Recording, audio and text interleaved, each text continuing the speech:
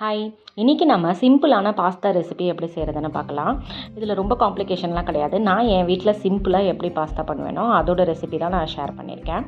இதுக்கு ஃபஸ்ட்டு ஒரு பாத்திரத்தில் கொஞ்சமாக தண்ணி எடுத்து தேவையான அளவுக்கு பாஸ்தா போட்டு அதுக்கு தேவையான உப்பு, கொஞ்சமாக எண்ணெய் ஊற்றி அடுப்பில் வச்சு நல்லா கொதிக்க விடுங்க. அப்பப்போ கிளறி விட்டுட்டே இருக்கணும், இல்லை அடியில் போய் ஒட்டிக்கும். நல்லா பாஸ்தா வேகிற வரைக்கும் நல்லா கொதிச்சதுக்கப்புறமா இதை அப்படியே ஒரு ஃபில்டரில் போட்டு வடிகட்டி உரமாக வச்சுருங்க. இப்போ ஒரு கடாய் வச்சுட்டு அதில் கொஞ்சமாக பட்டரும் நம்ம சமையல் எண்ணெயும் சேர்த்து சூடு பண்ணிக்கோங்க. இது நல்லா சூடானதுக்கப்புறமா பொடியாக நறுக்குன இஞ்சி பூண்டு அதில் சேர்த்துக்கலாம்.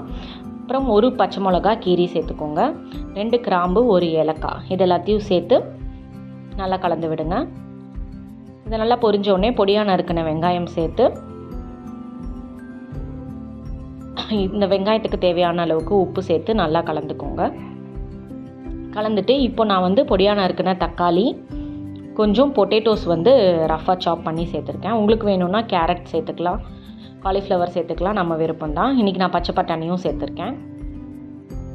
எல்லா வெஜிடபிள்ஸும் சேர்த்ததுக்கப்புறமா காஷ்மீரி ரெட் சில்லி பவுடர் கொஞ்சம், மஞ்சத்தூள் கொஞ்சம், நார்மல் சில்லி பவுடர் காரத்துக்கு, அப்புறமா கொஞ்சம் சீரகத்தூள் போட்டுட்டு கொஞ்சம் கரம் மசாலா, இது எல்லாத்தையும் போட்டு நல்லா வதக்குங்க. வதக்கிட்டு இந்த காய்கறிலாம் வேகிற அளவுக்கு கொஞ்சமாக தண்ணி ஊற்றிடுங்க. தண்ணி ஊற்றி நல்லா கொதித்து வந்ததுன்னா நம்மளோட வெங்காயம், தக்காளி, நம்ம போட்ட காய்கறி எல்லாம் வெந்து வந்துடும்.